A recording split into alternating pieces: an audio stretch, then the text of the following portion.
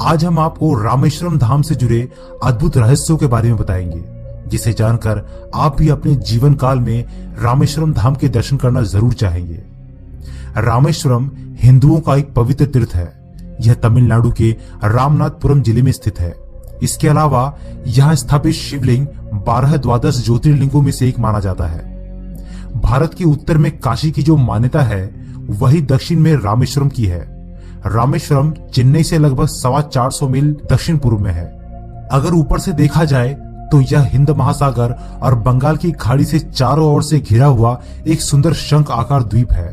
बहुत पहले यह द्वीप भारत की मुख्य भूमि के साथ जुड़ा हुआ था, परंतु बाद में सागर की लहरों ने इसे मिलाने वाली कड़ी को काट डाला, जिससे वह चारों ओर से पानी से घिरकर टापू बन गया। यहाँ भगवान राम ने लंका पर चढ़ाई करने से पूर्व एक पत्थर के सेतु का निर्माण करवाया था, जिस पर चढ़कर वानर सेना लंका पहुंची व वहां विजय पाई।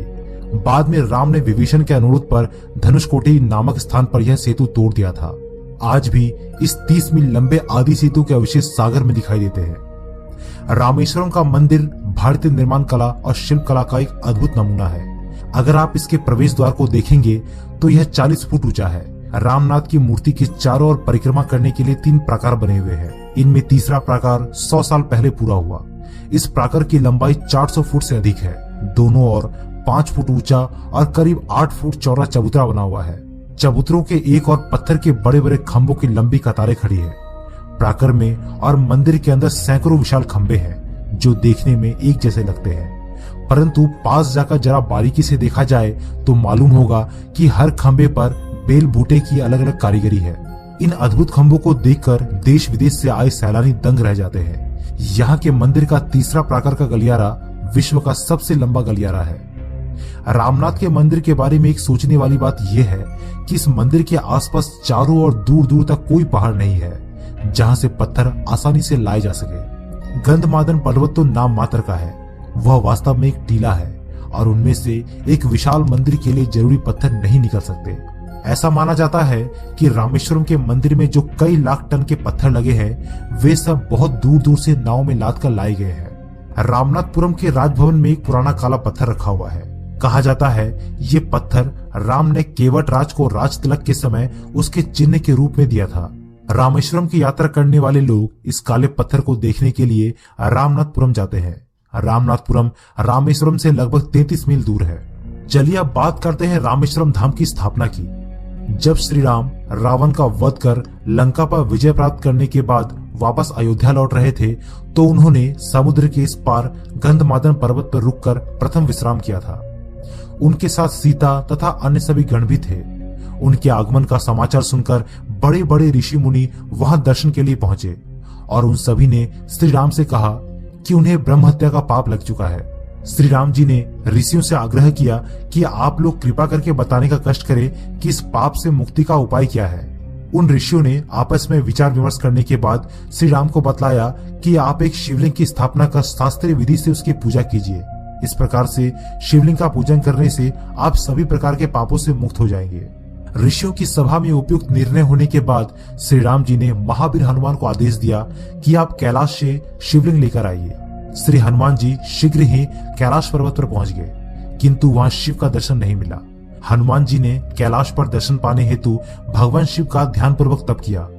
उनके आराधना से प्रसन्न शिव जी ने उन्हें दर्शन दिया। उसके बाद शंकर जी से लिंग प्राप्त करके वह पुनः गंधमादन पर्वत पर वापस पहुंच गए। इस प्रक्रिया में हनुमान जी को काफी देर लग चुकी थी।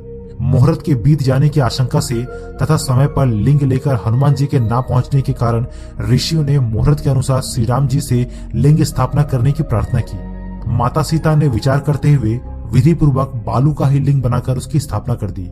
महावीर हनुमान जी ने जब देखा कि लिंग की स्थापना हो चुकी है, तो उन्हें बड़ा कष्ट हुआ और वे श्री राम जी के चरणों में गिर पड़े।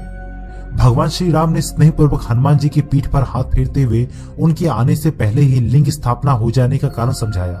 कारण बताने पर भी जब हनुमान जी को पूर्ण संतुष्टि नहीं हुई, तो श्री राम जी ने कहा, तुम इस स्थापित लिंग को उखाड़ दो और मैं तुम्हारे द्वारा लाए गए लिंग को उसी स्थान पर स्थापित कर देता हूँ। श्री राम जी की बात सुनकर हनुमान जी उस स्थापित लिंग को उखाड़ने के लिए झपट पड़े। श्री हनुमान जी उसे उखाड़ने के लिए बड़ा जोर लगाते रहे और अंत में स्वयं धक्का खाकर 3 किलोमीटर दूर जा गिर पड़े। और काफी समय तक मूर्छित पड़े रहे। बहुत देर के बाद हनुमान जी की मूर्छा दूर हुई। जब हनुमान जी की दृष्टि श्री राम जी के अंग पर पड़ी तो उन्हें साक्षात परब्रह्म के रूप में दर्शन प्राप्त हुए। हनुमान जी को बड़ी आत्मग्लानि हुई और वे झट से श्री राम जी के चरणों में गिर पड़े। उन्होंने भाव विवल होकर भगवान राम की स्तुति की। श्री राम जी ने समझाते हुए कहा कि तुमसे भूल हो गई, जिसके कारण तुम्हें इतना कष्ट मिला। उन्होंने बताया कि उनके द्वारा स्थापित इस शिवलिंग को दुनिया की सारी शक्ति मिलकर भी नहीं उखाड़ सकती। अपने भक्त पर कृपा करते हुए भगवान श्री राम जी ने उनके द्वारा कैलाश से लाए गए लिंग को वहीं समीप में स्थापित कर दिया, जिससे हनुमान जी को बड़ी प्रसन्नता हुई। श्री राम जी ने उस लिंग का नाम हनुमद्रेश्वर रखा। ऐसा माना जाता है कि यह मंदिर मूल रूप से एक छोटी सी फूस की झोपड़ी में एक साधु की देखरेख में था। इसके बाद सदी दर सदी इसकी संरचना की गई। श्रीलंका के राजा पराक्रम बाहु ने 12वीं सदी में श्री रामनाथ स्वामी, श्री विश्वंथर और श्री विशलकश के चारों ओर गर्भगृह का निर्माण किया। इस मंदिर के गर्भगृह में स्थापित जो लिंगम है उसके बारे में कहा जाता है कि वह भगवान के द्वारा स्वयं स्थापित किया गया था। यह कोई साधारण मंदिर नहीं है, यह धर्म और आस्था की मिसाल है। हर साल लाखों की संख्या में भक्त इस मंदिर में दर्शन के लिए आते हैं। कहते हैं जो मनुष्य परम पवित्र गंगा जल से भक्ति पूर्वक रामेश्वरम शिव का अभिषेक करता है अथवा उन्हें स्नान करवाता है तो वह जीवन मरण के चक्र से मुक्त हो जाता है और मोक्ष को प्राप्त कर लेता है। दोस्तों, अगर आपने रामेश्वरम धाम के दर्शन किए हैं तो अपने अनुभव हमें कमेंट बॉक्स में जरूर लिखिएगा। इस वीडियो से जुड़ी कुछ सवाल अगर आपके मन में है तो हमें कमेंट बॉक्स में लिखिए। वीडियो पसंद आए तो लाइक जरूर कीजिएगा और चैनल को सब्सक्राइब करना मत भूलिएगा।